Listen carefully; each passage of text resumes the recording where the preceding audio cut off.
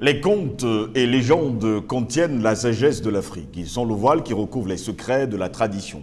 Tous les aspects moraux, physiques, séculaires peuvent y être évoqués. Le griot, le conteur, est souvent dépositeur d'un message qu'il faut écouter et comprendre. Sur ce, mesdames, messieurs, bonjour. Très heureux de vous retrouver sur Panafricanist TV, la chaîne de télévision des panafricanistes, où nous vous apportons le meilleur de l'information sur un plateau d'or. Encore aujourd'hui, nous nous interrogeons. Burkina Faso, retour de Blaise Compaoré, une insulte à la mémoire des martyrs. Nous nous interrogeons seulement. Alors que l'ancien président a participé ce 8 juillet à une rencontre entre les anciens chefs de l'État burkinabé et Paul-Henri Sandaogo d'Amiba, maître Bénéwende Stanislas Sankara, avocat de la partie civile, dans le procès de l'assassinat de Thomas Sankara, dénonce un contournement de la légalité. Il déclare, et je cite, « Le retour de Blaise Compaoré est une forfaiture et un déni de justice. » Une question cependant, qui était le marionnettiste derrière le retour de Blaise Compaoré au Burkina Faso? Le collectif des avocats des partis civils dans l'affaire Thomas Sankara a tenu une conférence vendredi au cours de laquelle ils ont exigé l'exécution du mandat d'arrêt émis contre Blaise Compaoré au lendemain de son retour au Burkina Faso. Une autre question, puisqu'il y avait un mandat d'arrêt, qu'est-ce qui a empêché les autorités burkinabées d'arrêter justement Blaise Compaoré? Jusqu'à preuve de contraire. Si on voulait précisément que Blaise Compaoré revienne sur le sol burkinabé, pourquoi ne l'avoir pas amnistié? En tout cas, nous nous interrogeons. Eh bien, le collectif de ces avocats s'indigne de ce qu'il qualifie le défi à la justice et appelle les autorités judiciaires et politiques à prendre leurs responsabilités. Les putschistes pseudo-réconciliateurs tentent d'assassiner tout simplement l'état de droit, la démocratie au Burkina. Prenez les autres condamnés, mon ami Diendéré, mais il purge sa peine. Il faut d'ailleurs le dire dignement. Mais pourquoi lui? Il est burkinabé, il est condamné, il purge sa peine. Pourquoi Blaise Compaoré, condamné, lui, on lui déroule un tapis rouge, à la limite a déclaré Prosper Farama, membre du collectif des avocats de Thomas Sankara. Des partisans de l'ancien président du Burkina Faso, Roch-Marc Christian Kaboré, eux se sont rassemblés devant sa résidence à Ouagadougou pour l'empêcher de participer à une réunion des anciens chefs d'État du Burkina Faso organisée par le colonel Paul-Henri Damiba qui l'a renversé du pouvoir en janvier. Résultat, il n'a pas pu prendre part à la réunion initiée au nom de la cohésion sociale. De quelle cohésion sociale parle-t-on du côté du Burkina Faso? En tout cas, c'est juste nos interrogations.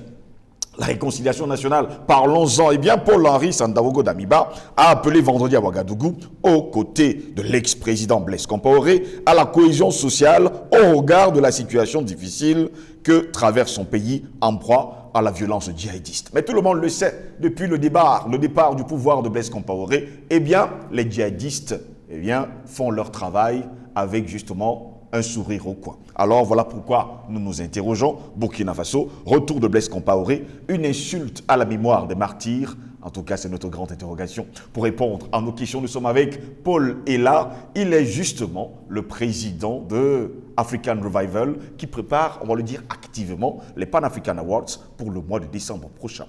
Paul Ella, bonjour, bienvenue à vous. Bonjour Steve, un plaisir renouvelé de me retrouver sur le plateau de Panafricanist TV à tes côtés pour essayer comme ça, autant que faire se peut, selon notre modeste contribution, apporter un peu d'éclairage à des millions de téléspectateurs. Très heureux d'avoir d'ailleurs sur ce plateau.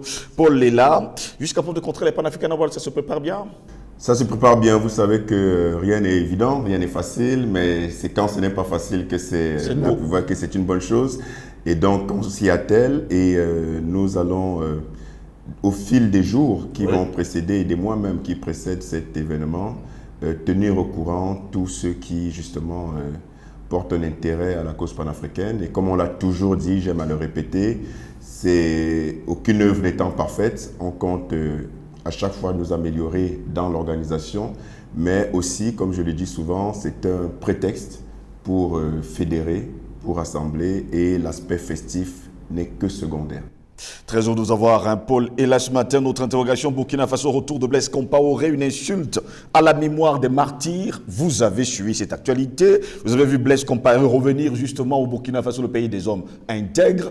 Une grande interrogation aujourd'hui. Est-ce que, jusqu'à preuve de contraire, Blaise Compaoré est considéré comme un homme intègre? Très loin de là. Je veux dire, là, il n'y a pas de langue de bois à tenir. Oui. C'est même une insulte pour la mémoire de Thomas Sankara, qui a rebaptisé très justement ce pays Burkina Faso, donc le pays des hommes intègres. Et on a bien vu avec l'attitude de Blaise Compaoré, un nom qui est difficile à prononcer pour moi, comme d'autres noms de traîtres de l'Afrique, mais je vais me faire violence parce qu'il faut bien qu'on en parle. Et il est tout sauf un homme intègre. Oui. Et je ne sais pas s'il a jamais été intègre, puisqu'on sait ce qui est arrivé à l'illustre Thomas Sankara, qui justement avait porté haut ce pays-là, donc l'ancienne Haute-Volta, oui, qu'il a rebaptisé, et justement pour lui donner toute une autre dimension, parce qu'il ne s'agissait pas seulement de changer de nom, c'était déjà dans une forme très, comment dire, suggestive en termes de la dimension que Thomas Sankara voulait donner et a donné au Burkina Faso et à l'Afrique, en termes de réappropriation culturelle, en termes de redéfinition des propriétés selon une vision propre à l'Afrique, qui parle d'indépendance, de souveraineté. Et ce digne fils d'Afrique, Thomas Sankara, a eu un successeur qui n'était rien d'autre qu'un traître et qui était tout sauf un homme intègre, puisqu'il a été l'acteur majeur, pour ne pas dire l'assassin de Thomas Sankara, que le feu Thomas Sankara considérait comme son plus proche ami, mais qui était lucide, puisque vous vous rappelez bien que Thomas Sankara avait déclaré que quand on lui supputait déjà des velléités d'inimitié de la part de son prétendu ami, il avait dit que si c'est Blaise Compaoré qui doit le tuer, il va le tuer. C'est-à-dire qu'il montrait par là que non seulement il n'était pas naïf, mais que si ça devait arriver, ça arriverait et que ça rentrerait tout simplement dans la logique même de son combat. Et il deviendrait donc un martyr, ce qu'il est aujourd'hui. Et oui, c'est une insulte à la mémoire de Thomas Sankara, c'est une insulte au pays des hommes intègres que M. Compaoré soit comme ça revenu sous les bons auspices de Paul-Henri Damiba Sandaogo. Et non, donc pour répondre à votre question, il n'a pas une seule once d'intégrité. Et ce qui se passe est bien dommage. Et une question cependant, jusqu'à preuve de contraire, Blaise Compaoré a été condamné par la justice burkinabé. Comment est-ce qu'on peut imaginer qu'un mandat d'arrêt a été émis contre Blaise Compaoré et qu'il arrive quand même sur le sol burkinabé sans en être inquiété et d'ailleurs sans également être amnistié? On se pose quand même des questions. Pourquoi il n'a pas été arrêté? Mais c'est des choses absolument incroyables, parce que il y a quand même une justice dans ce pays. Je veux dire qu'il y a des structures qui font état de la mise en place des procédures judiciaires. Et on se souvient que le 6 avril dernier, Blaise Compaoré a été condamné à perpétuité. Exact. Et qu'il a été condamné par contumace parce que justement il n'était pas présent. Et il est totalement aberrant que la plus haute instance de la République, donc le patron de la magistrature suprême, selon la constitution burkinabé, soit le premier à fouler aux pieds justement ces dispositions juridiques et judiciaires. Une décision de justice a été prise, elle a été formelle, elle a été actée contre un individu, l'assassin de Thomas Sankara. Et là, on n'est plus dans les supputations, on n'est plus dans les discussions des bars. Il s'agit de la justice burkinabé qui a tranché. Exactement. Et qui se retrouve donc par le fait de sa plus haute instance, fut-il un président putschiste, mais qui se retrouve bafouer justement cette justice-là. En faisant revenir M.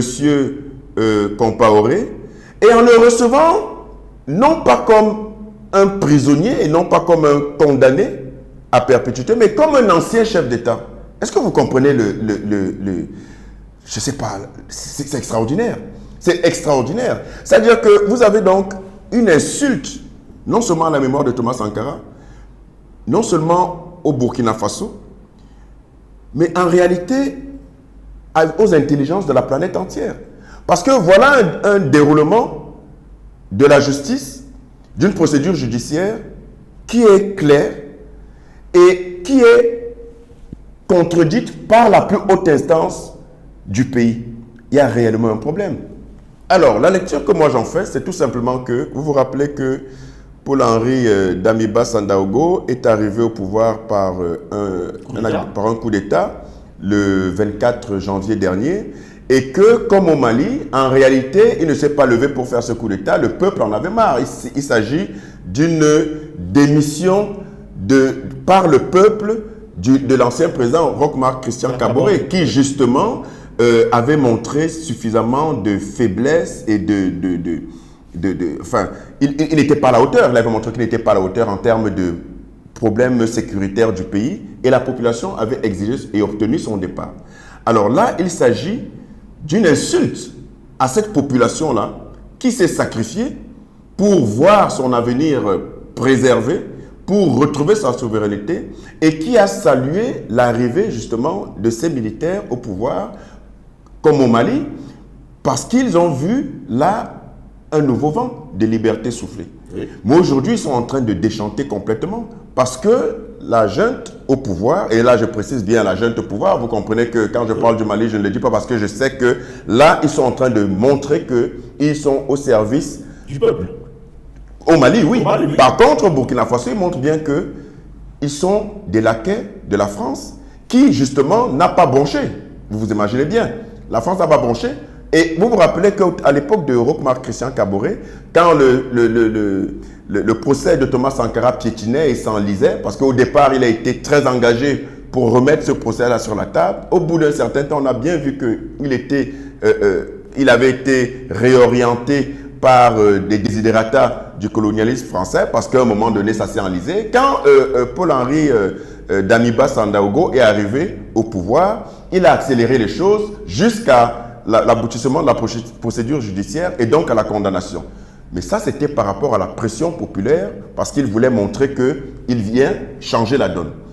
Mais depuis un moment, les populations burkinabées, et ça je pense qu'on est tous au courant de cette information, depuis un moment, depuis au moins 3 mois, il y a la grogne populaire qui estime que les attaques djihadistes, en tout cas la sécurité au niveau du Burkina Faso, n'a pas fléchi et qu'au contraire, elle regagne vraiment du terrain, alors que la priorité qui était annoncée par le gouvernement militaire, c'était de juguler justement cette insécurité. Donc, il y a déjà ce volet-là qui fait que Paul-Henri Sandaogo et son équipe sont mal. Alors, ils cherchent une pirouette pour se donner une légitimité en appelant déjà que ça n'a pas de sens. Je veux dire que quand on est raisonnablement constitué, il y a quand même une suite logique dans les idées, à minima, puisque vous ne pouvez pas avoir fait un coup d'État pour faire partir donc l'ancien président Roch-Marc Christian Kaboré. Vous ne pouvez pas avoir, ça c'est d'une part, vous ne pouvez pas avoir condamné, en tout cas la justice de votre pays, elle ne peut pas avoir condamné à perpétuité un assassin en la personne de Blaise Compaoré et demander, entre autres 5 anciens présidents, demander à ces deux-là de venir vous retrouver pour une conciliation nationale. Est-ce que ça fait sens? Ça ne fait pas sens. Parce qu'il y a l'un qui doit être arrêté parce qu'il y a un mandat d'arrêt contre lui, mais vous l'appelez comme un ami pour dire venez, on va faire la conciliation, et vous lui déroulez le tapis rouge. Et vous avez d'un autre côté celui que vous avez fait tomber comme quoi étant incapable de gérer le pays, et vous le rappelez. Alors, ce qui se passe, ma lecture est celle-ci. Il se trouve que M. Sandaogo Damiba est en perte de vitesse en termes de légitimité et qu'il essaye de se refaire une légitimité, mais en insultant justement le pays des hommes intègres, en insultant la mémoire de Thomas Sankara et en insultant le peuple burkinabé et les intelligences de la planète entière, parce que le monde entier regarde. Et il pense que c'est de cette manière qu'il va sauver sa peau. Je vous dis qu'il y a une grogne grandissante depuis au moins 3 mois. J'ai eu à discuter avec des leaders, des jeunes panafricains au Burkina Faso et la société civile qui vous disent qu'ils n'en veulent plus et que c'est un échec cuisant de sa part. Et moi, j'étais même modérateur en me disant, bon, écoutez, ça fait à peine 6 mois, laissez-le quand même. Non, mais en réalité, il n'y a pas de mal à se tromper. Il y a même des moments où on aimerait se tromper. D'ailleurs, je leur disais, et sur certains plateaux télé, je disais que j'aimerais me tromper, mais que 6 mois, ce n'est peut-être pas suffisant. Mais là, on a au grand jour, donc, la réalité du visage de ce monsieur. Donc, il essaye de façon très maladroite de se légitimer un pouvoir qu'il a du mal à assumer en termes d'objectifs présentés dès qu'il est arrivé au pouvoir, à savoir la sécurisation du territoire, ce qui est complètement raté depuis qu'il est là. Et aujourd'hui, donc, il se retrouve en train de vouloir fédérer des anciens chefs d'État autour d'eux. Donc, vous avez bien vu que l'ex-président Roch-Marc Christian Kabore, en tout cas ses partisans, ont interdit qu'ils se rendent à cette mascarade-là, à cette parodie. Mais tout simplement parce que ça ne fait pas sens. Et d'un autre côté, vous avez évidemment Blaise Compaoré qui ne s'est pas fait prier pour arriver, qui ne s'est pas fait prier. Et j'espère que la justice burkinabé va retrouver ses droits et va rétablir en fait l'ordre juridique et judiciaire. Pourtant, Burkina Faso, les experts d'ailleurs africains pensent que l'insécurité au Burkina Faso, il y a la personne en cause de tout cela, c'est Blaise Compaoré. Oui, mais quand on parle, c'est ça qui me fait sourire, mais qui est triste à la fois, parce que quand il parle de le Sandaogo, quand il parle de la conciliation, mais de quelle conciliation il parle? De quelle réconciliation il parle? Mais c'est justement pour diviser davantage les Burkinabés. Mais en fait, je suis un peu outré. C'est-à-dire que c'est tellement à contresens tout ce qu'il présente, oui. Mais ça n'a pas de sens.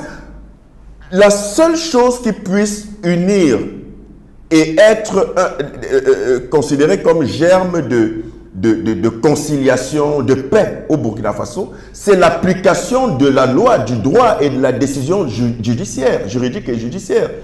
En la personne de Blaise Compaoré, ça veut dire exécuter la décision de justice qui consiste, qui l'a condamné à perpétuité, c'est tout.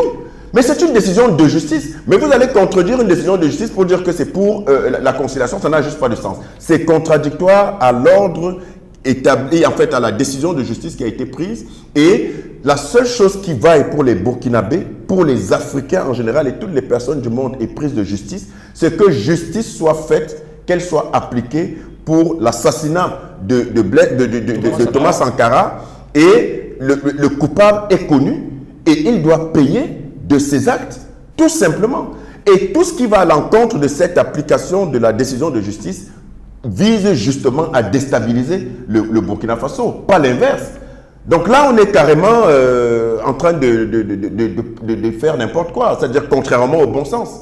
Vous parlez de décision de justice. Certains ont été condamnés, mais Blaise Compaoré est libre. Exactement. Il est arrivé au Burkina Faso et après, il est reparti libre également. Non, mais c'est juste inconcevable. C'est juste inconcevable. Pourtant, certains ont été condamnés. Et non seulement ils ont été condamnés, mais ils purgent leur peine. Ils ont commencé à purger leur peine. Donc, parce que être condamné, c'est une chose. Mais ils sont justement en train de purger leur peine. Mais le commanditaire en chef de l'assassinat de l'illustre Thomas Sankara, de regretter mémoire, est libre, il arrive, il repart, mais il y a quelque chose qui, il y a vraiment, je ne sais pas quoi dire, il y a quelque chose qui cloche. Non, mais c'est totalement inadmissible. Moi, je fais confiance à la justice burkinabé, c'est le dernier recours, parce que visiblement, et au peuple, attention, et aux populations burkinabées, qui, je le pense très sincèrement, avec le vent des libertés qui soufflent en Afrique de l'Ouest et en Afrique en général, subsaharienne, les populations vont prendre des responsabilités à la suite de ce qu'elles dénonçaient déjà avant même cette forfaiture-là, à la suite de ce qu'elles dénonçaient déjà comme incapacité et incompétence d'Amiba Sandaogo. Je pense que les populations vont prendre leurs responsabilités. C'est inadmissible, mais pas seulement les populations burkinabées. Je pense que avec des émissions comme celle-ci sur le sujet, les Africains doivent se mobiliser. Ce n'est juste pas possible. Il s'agit de la mémoire de Thomas Sankara, l'un des plus dignes représentants de la cause de la souveraineté africaine, dont laquelle mémoire est en train d'être salie par des aventuriers qui sont à la solde de la France pour leurs propres intérêts et leur confort personnel. C'est juste inadmissible. Blaise Compaoré est-il au-dessus des lois? C'est ce qu'ils veulent nous faire croire. C'est ce qu'ils veulent nous faire croire. Mais vous comprenez très bien. Vous avez le président de Côte d'Ivoire qui évidemment le met aux petits soins depuis son exil. Vous avez la France qui a tous ses intérêts. On connaît la relation entre le président de Côte d'Ivoire et la France. Et vous avez donc Roch-Marc Christian Kabore qui a été démis de ses fonctions, enfin qui a été démissionné par la population. Mais on se rend compte que celui qui l'a remplacé aujourd'hui est en train de se soumettre aux desiderata impérialistes de la France et il rentre donc dans ce cercle-là parce qu'il n'y a pas d'autres explications. Oui. Quels sont les principaux bénéficiaires de cette forfaiture, de cette mascarade? Si ce ne sont justement ceux qui ont intérêt à mettre le Burkina Faso dans le chaos, comme eux seuls savent le faire pour tirer leur marron du feu.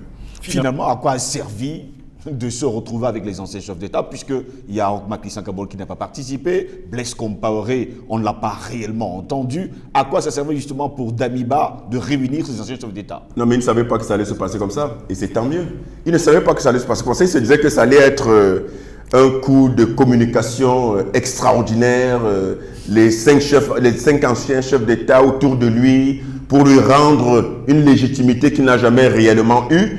En tout cas le temps d'une illusion, le temps qu'il est arrivé au pouvoir et que les populations se rendent compte qu'en réalité c'était un imposteur.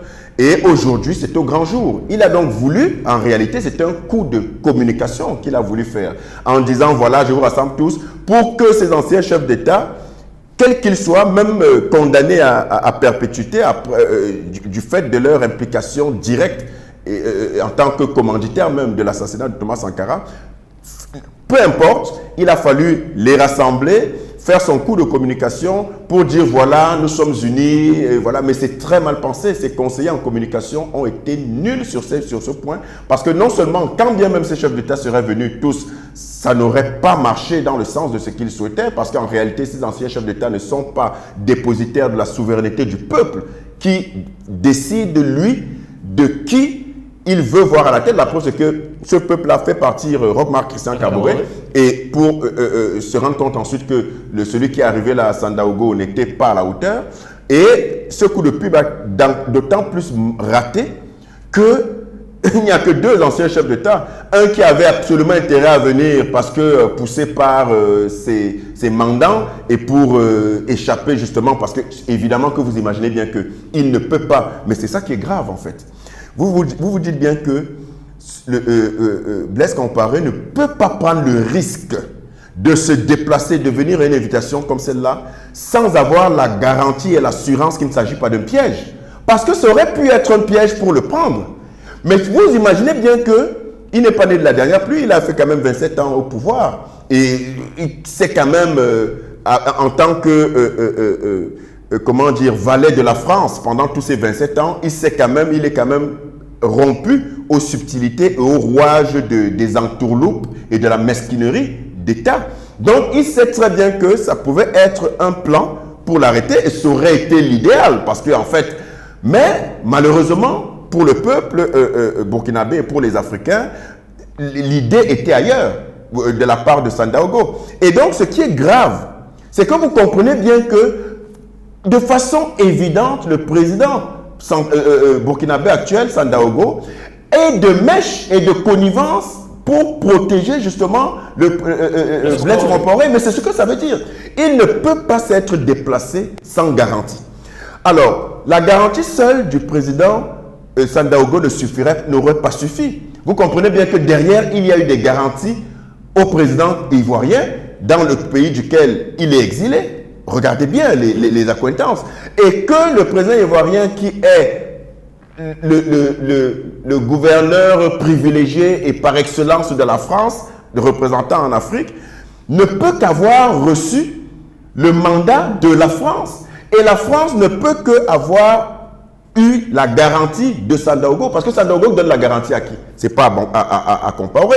Parce qu'il faut bien que, plus haut que Compaoré, soit certain que il ne va pas être arrêté. Donc, vous comprenez que ça ne peut être que à la France que Sandaogo a rendu des comptes et a donné sa parole que Blaise Compaoré, malgré la condamnation à perpétuité par la justice burkinabé, viendrait et repartirait libre. Vous comprenez très bien donc quel jeu trouble et dangereux pour le Burkina Faso et l'Afrique joue ce monsieur. Il est dangereux. Il est dangereux. À qui profite cette forfaiture? Je viens de les citer. Je viens de les citer. Vous savez très bien, parce que dès que vous impliquez Blaise Compaoré, d'accord? Oui. Vous comprenez qui a fait partir Blaise Compaoré? Ce n'est pas la France. C'est le peuple. Oui. Qui a fait partir Roch-Marc Christian Kabore? C'est encore le peuple.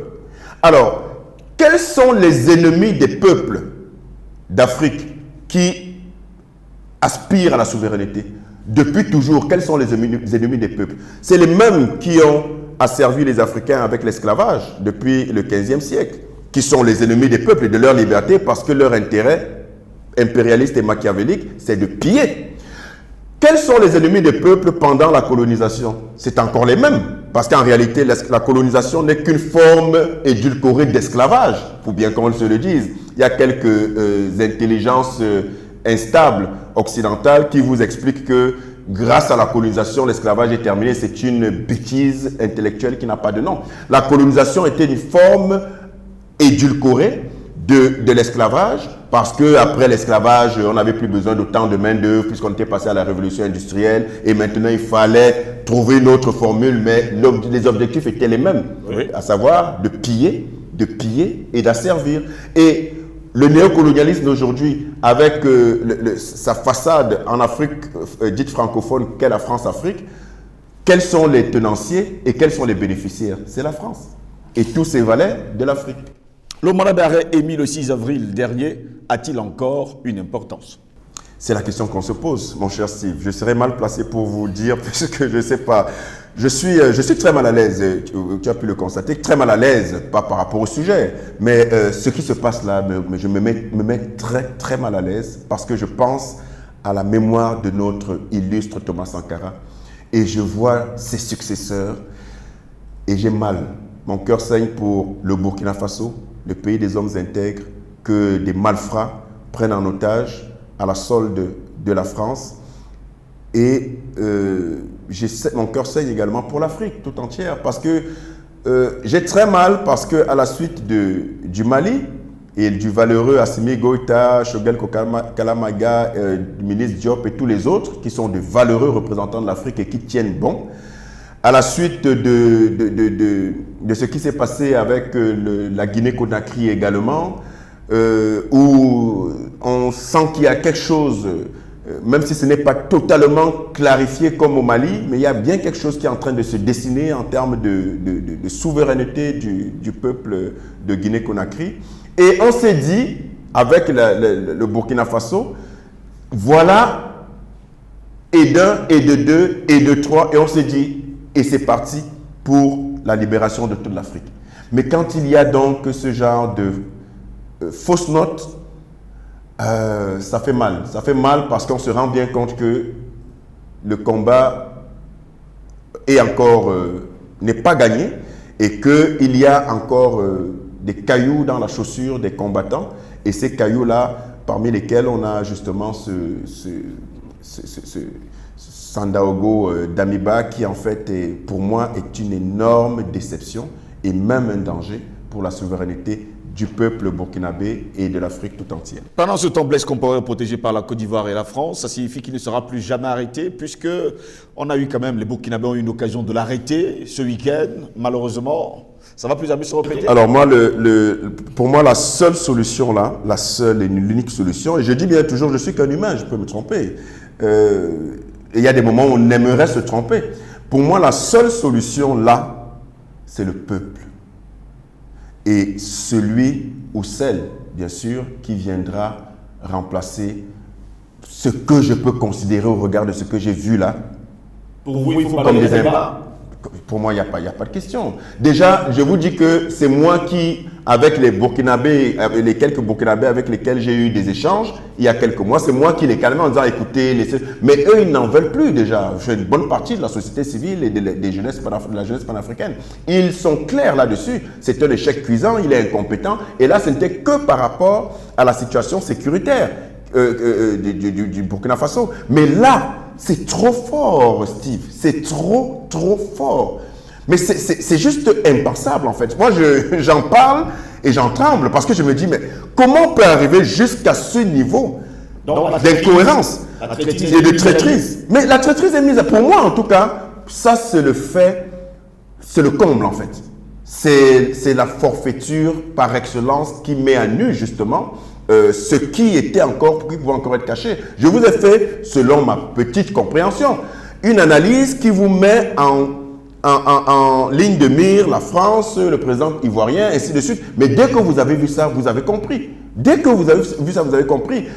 On comprend quels sont les protégés de monsieur. J'ai même l'impression, Steve, quand j'y pense, j'ai même l'impression que c'était même une mascarade de dire les anciens chefs d'État. C'était pour noyer le poisson. En réalité, c'était une façon d'acquitter, hors des voies juridiques, d'acquitter et de dédouaner Blaise Compaoré. Parce que ça aurait été trop gros de dire seulement Blaise Compaoré, vraiment il faut le laisser. Ils ont trouvé une formule pour dire non, en réalité c'est tous les chefs d'État. Et comme on est dans une logique de paix et tout ça là, mais je pense, et c'est ça le plus grave, que l'objectif principal c'était de défaire la décision de justice et de laisser Compaoré libre.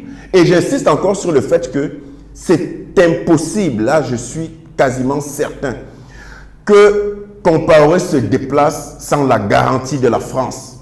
Et pour avoir la garantie de la France, ça veut dire que le président burkinabé est à la solde de la France. Mais ça veut donc dire que c'est la traîtrise suprême et qu'il est indispensable de songer déjà à l'après Sandaogo Damiba. Et les populations ont leur responsabilité à prendre et nous sommes derrière elles tant qu'il s'agira de la souveraineté. Et pendant ce temps, l'insécurité continue. Et l'insécurité continue. Alors là, je crois que faut me donner une bonne raison pour que Sandaogo Damiba reste là au pouvoir. Il faut me donner une bonne raison.